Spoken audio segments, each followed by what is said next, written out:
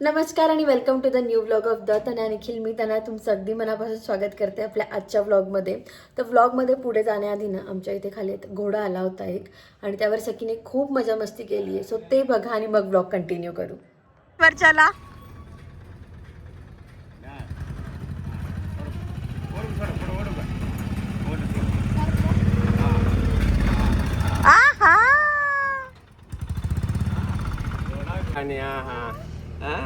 लाव त्याला हात लाव, त्याला प्रेम दे कर.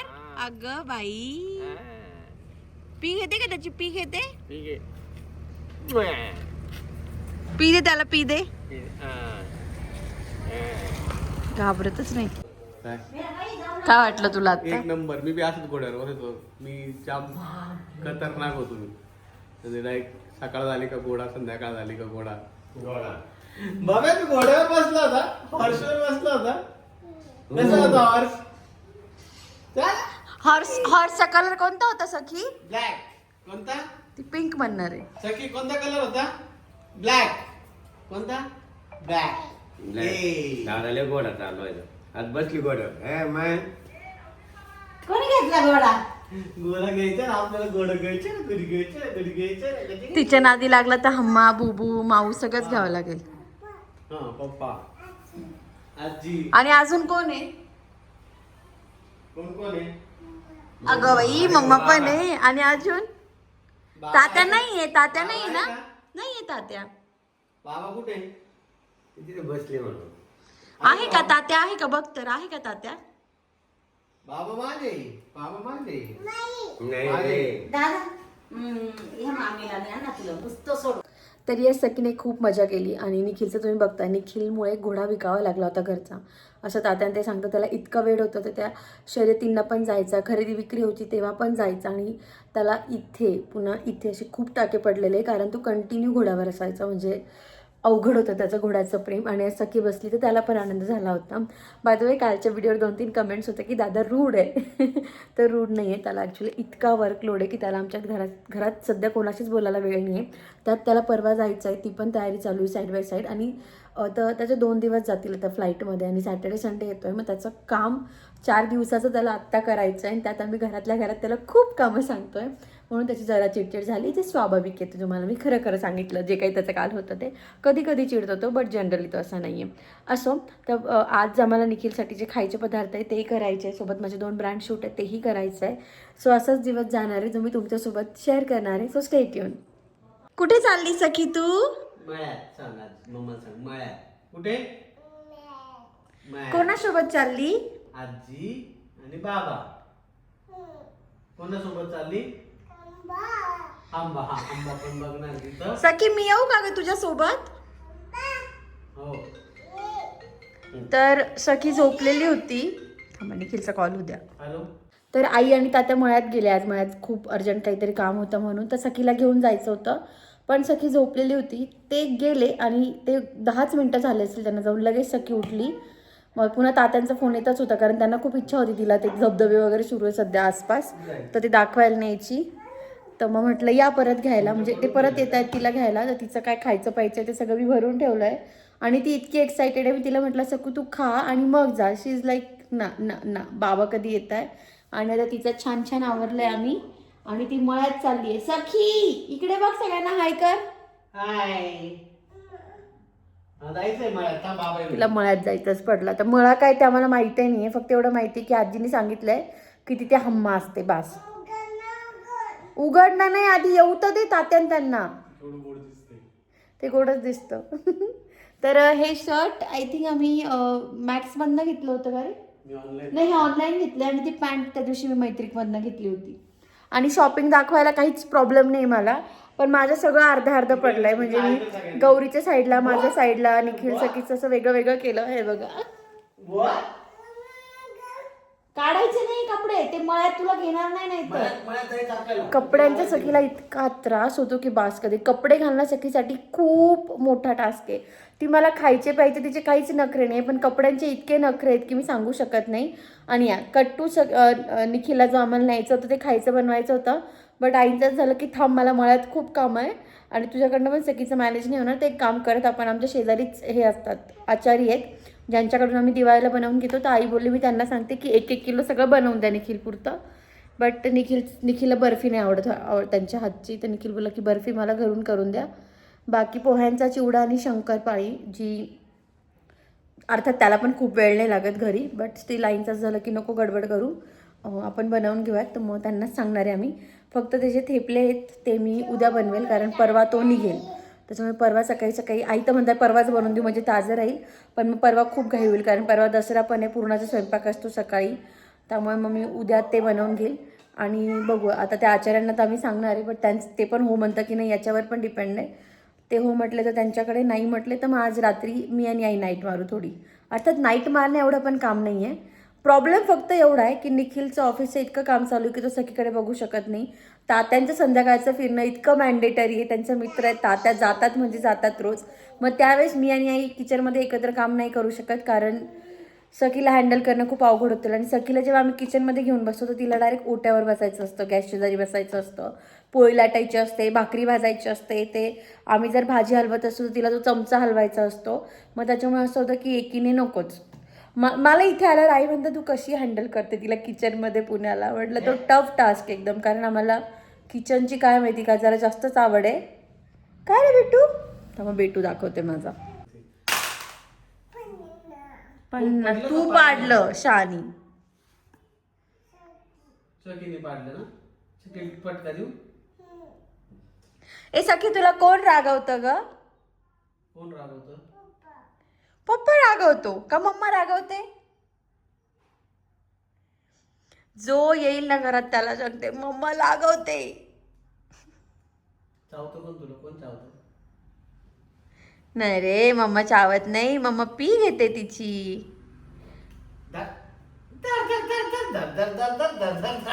इतका धोक्याचा कोपरा झालाय ना आमचा हावाला.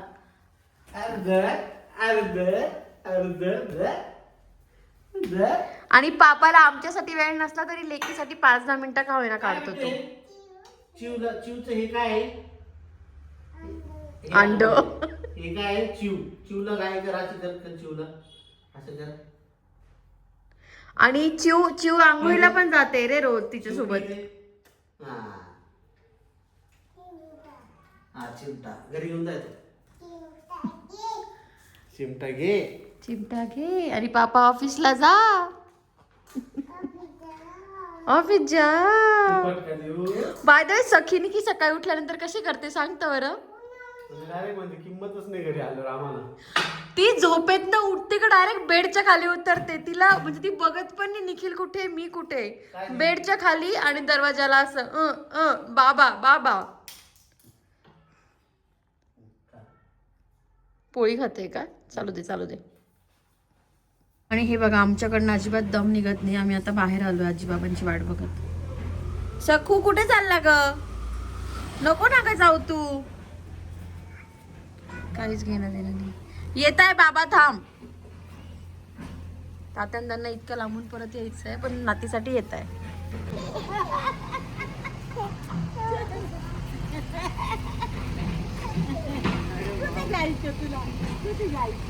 यायची खायची पिशवी. सखू बाय.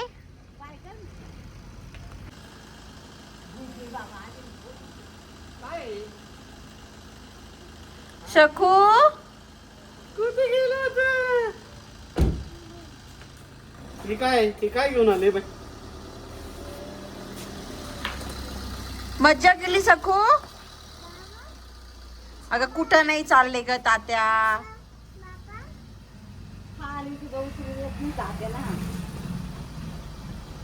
बस बाबांना जाम करून टाकलंय सखीने. बाय. पाहिली ना तात्या तुमची पण नाही ती. पाहिली ना गाडी भेटली तर कशी करते. इतके दिवस काढी ना, इतके दिवस नाही वेळ काढते फक्त तिची ती शहाणी. आमचं कांगारूचं पिल्लू बघा. काय झालं बिट्टू? कब घाबरलं तू? सखी इतकी ॲटिट्यूड मध्ये आजी बाबासोबत बाहेर गेली होती. आज मळ्यात गेली होती. मळ्यातून आल्यानंतर गाडीवर पप्पासोबत फिरायला गेली. त्याच्यानंतर कुठे इथे रस्त्याचं उद्घाटन आहे तिथे गेली होती. जसे फटाके वाजले सखी त्याच स्पीडने घरात.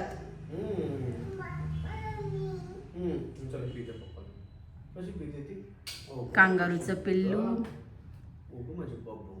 बाबू काय करणार आहे तू गेल्यानंतर 2 दिवसांनी? पप्पाच्या बॅग्स तशाच पडल्यात अजून.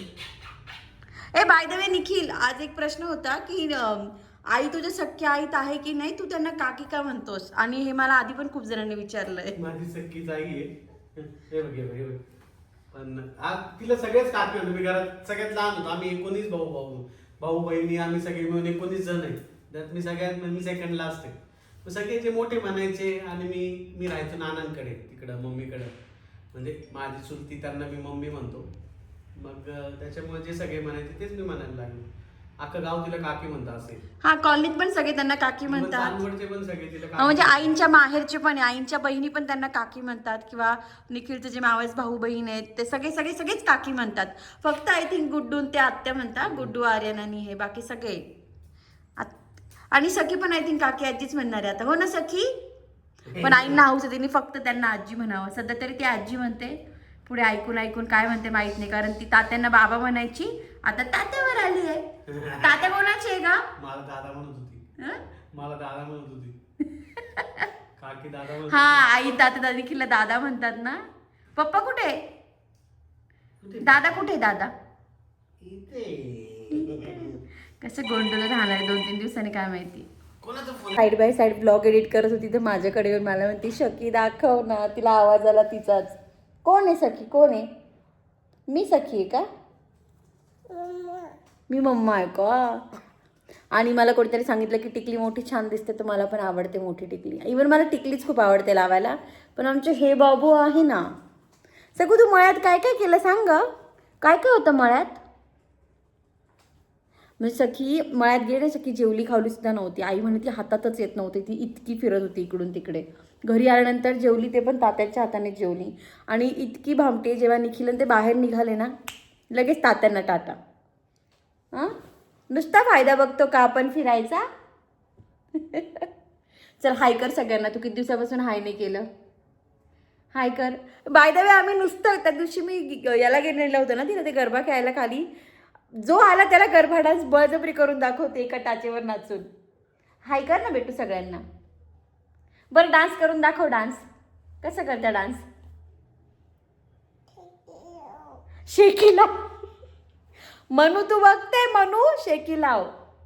शेकी नाही बेटा आपल्याकडे, शेकी संपलं. अलेक्सा झोपली. सांग अलेक्सा झोपली. काय झालं अलेक्सा?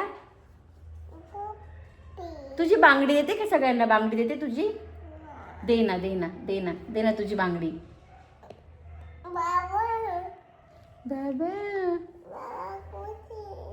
बाबा कुठे? बाबा गेले रोडच्या उद्घाटनाला. तुम्ही आय थिंक काल का परवाच्याच व्लॉगमध्ये आमच्या रोडचे हाल बघितले असतील. तासाचं उद्घाटन आहे आणि बाहेर DJ चालू होता. इतका भयंकर आवाज होता आणि फटाके पण खूप फोडले. सखी ती बांगडी काढायची नाही. असो, बघू अजून काय काय होतंय पुढे. काय झालं सखी? काय झालं? इतका वेळ गोडीत बाबा दे येऊ राहिले ना बाबा, येत आहे. हा, उघडून देते. सगळे तिच्या तालावर नाचायला लागले. शहाणी. नाही कळायचा प्रश्न नाहीये. लात नाही मारायची, नाही तर फटका देईल मी. बसून देऊ आता. किती सारखं बघ, 1 तास झालं बस.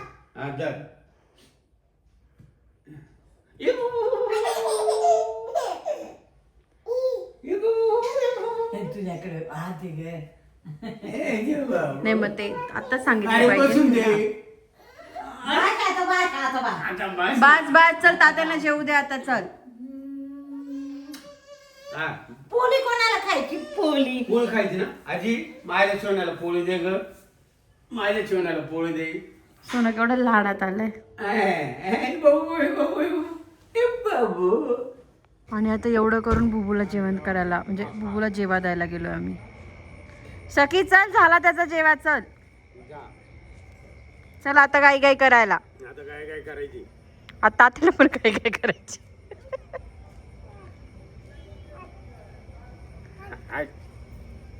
तू जेव्हा देते तूच हट करते. कोणी पाडलं त्याला? कोणी पाडलं त्याला? सांग, रडू नको. सॉरी म्हण त्याला. सॉरी कर. तू पाडलं ना त्याला, सॉरी म्हण. अगं सॉरी म्हण ना आधी, रडू नको काय, सॉरी म्हण आधी. अगं सॉरी म्हण, सॉरी. सखी तुला सॉरी शिकवलं ना मम्माने, सॉरी कसं म्हणायचं? अगं तो रडत नाही पण त्याला सॉरी तर म्हण, तू पाडलं त्याला. जाऊ दे, सखी सॉरी नाही म्हणत ना, मम्मा सॉरी म्हणेल. मी म्हणू का सॉरी? तू म्हण सॉरी, चल. सॉरी म्हणायचं बेटा. कशाचं काय? बेटाने बैलाला पाडलंय आणि आता बेटा भाजी निवडायला जाणार आहे असं वाटतंय.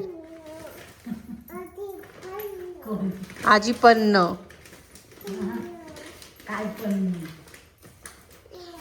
अगे काय सवय लागली वेडा वेडा बाबा.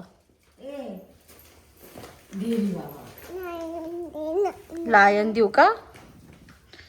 आम्ही आज हे नवीन प्राणी पण आणलेत आता. आणि आमच्या घरात जेवढा पसारा आहे तेवढा सगळं या माऊचा आहे.